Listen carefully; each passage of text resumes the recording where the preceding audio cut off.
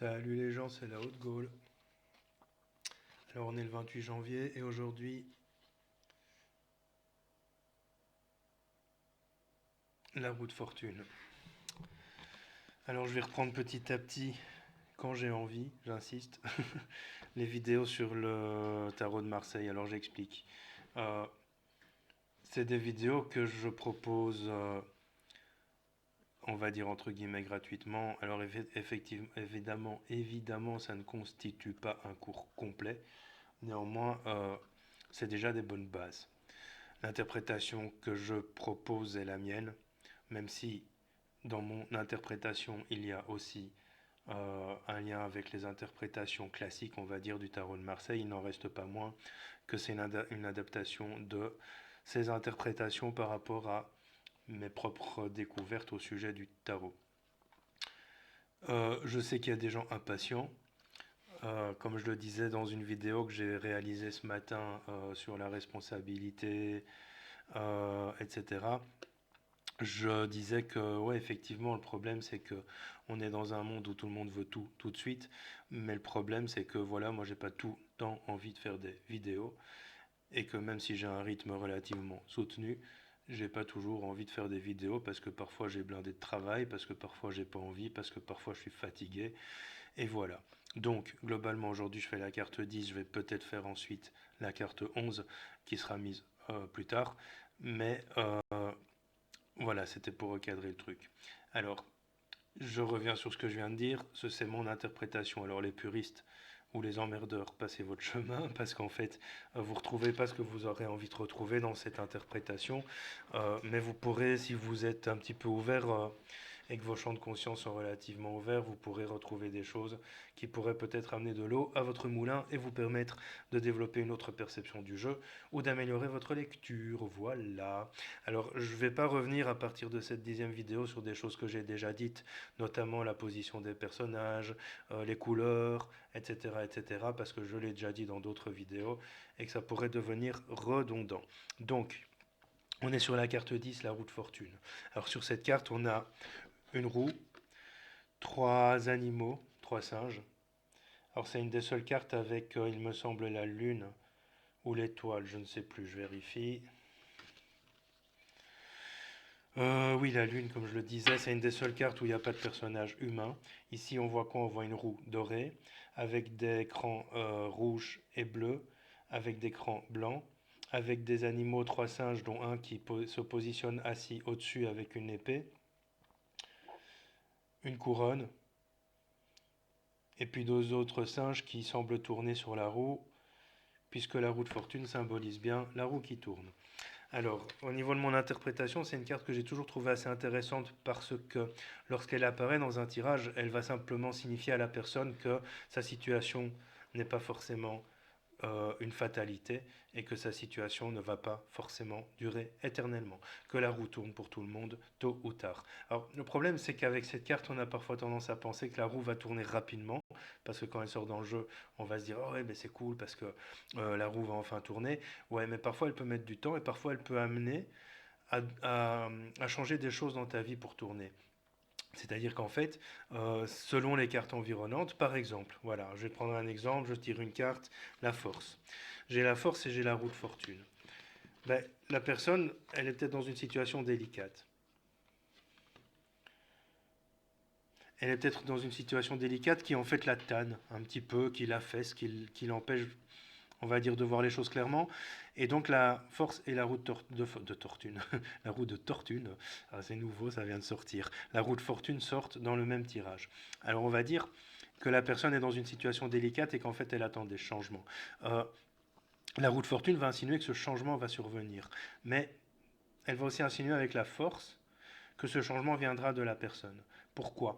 Parce que la force va dire reprends-toi en main, de manière simple hein, et simplifiée. La force va dire reprends-toi en main, retrouve en toi les ressources, etc., qui vont te permettre justement de tourner cette roue. Autrement dit, ne sombre pas dans la fatalité. Le souci dans la lecture des jeux actuellement, c'est que souvent, on a tendance à penser que quand on fait une lecture, les choses tombent d'elles-mêmes du ciel, que tout va survenir de manière entre guillemets naturelle. Cependant, souvent il y a des conseils pour que les choses surviennent. Quand tu lis un tarot, un oracle ou quel que soit le support que tu utilises, euh, il ne suffit pas de dire écoute, tu es dans une situation délicate, mais la roue de fortune ici, ce qu'elle va te dire, c'est que tout va changer et que cette situation ne va pas durer. Alors effectivement, tout est éphémère sur cette planète, les choses ne durent jamais éternellement, et même si ça dure 40 ans, ce n'est jamais éternel au vu de la durée d'une vie et au vu de l'évolution de l'âme et de la durée de l'âme, de vie de l'âme.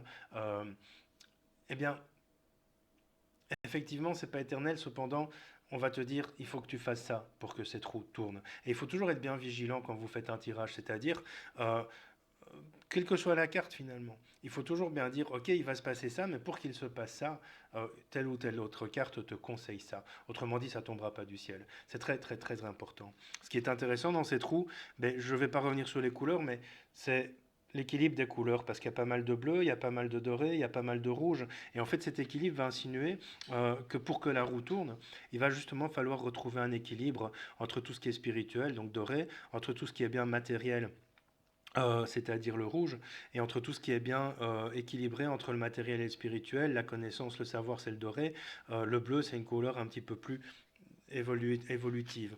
Donc une recherche d'équilibre dans ce tournage de roue. Ce qui est intéressant aussi dans cette carte, je le disais, c'est qu'il n'y a pas d'humain. Autrement dit, elle pourrait insinuer qu'en fait, ça ne dépend pas forcément du monde humain. Ça peut dépendre, pas forcément du monde animal, parce que ce sont des animaux, hein, mais ça peut dépendre de plans un peu plus subtils. Ce qui n'est pas en fait négligeable dans cette lecture. Pourquoi ? Parce qu'effectivement, même si les choses ne tombent pas du ciel, c'est à partir du moment où les choses se mettent en place dans les plans subtils qu'ils peuvent ensuite se manifester dans la matière. J'explique. Quand on veut quelque chose, on a tendance à vouloir tout de suite.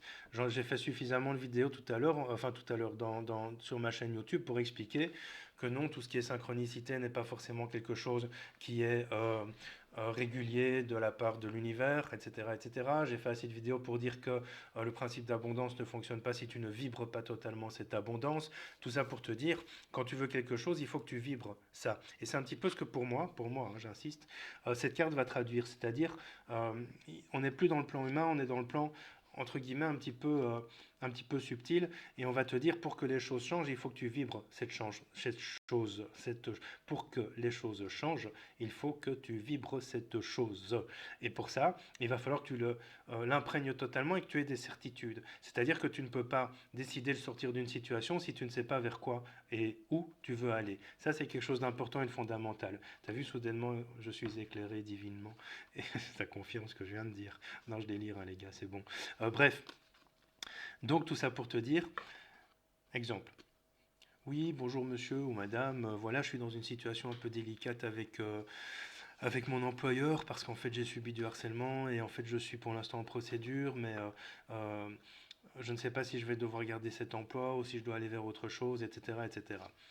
On fait un tirage, la force et la roue de fortune sortent. On va lui dire, écoute, c'est à toi de changer les choses parce que les choses peuvent changer. Rien n'est fatalité, évidemment.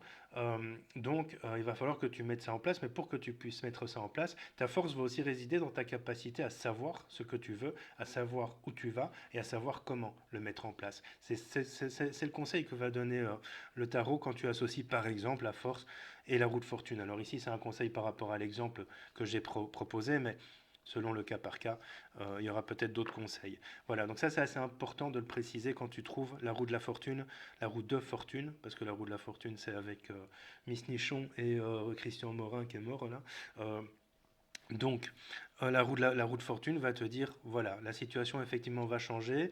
En ta faveur ou pas, ça dépend, parce qu'elle n'est pas forcément obligée de changer en ta faveur. Pourquoi?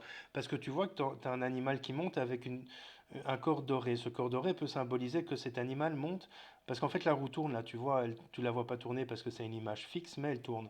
Et en fait cet animal monte vers quelque chose de plus spirituel, de plus de connaissance.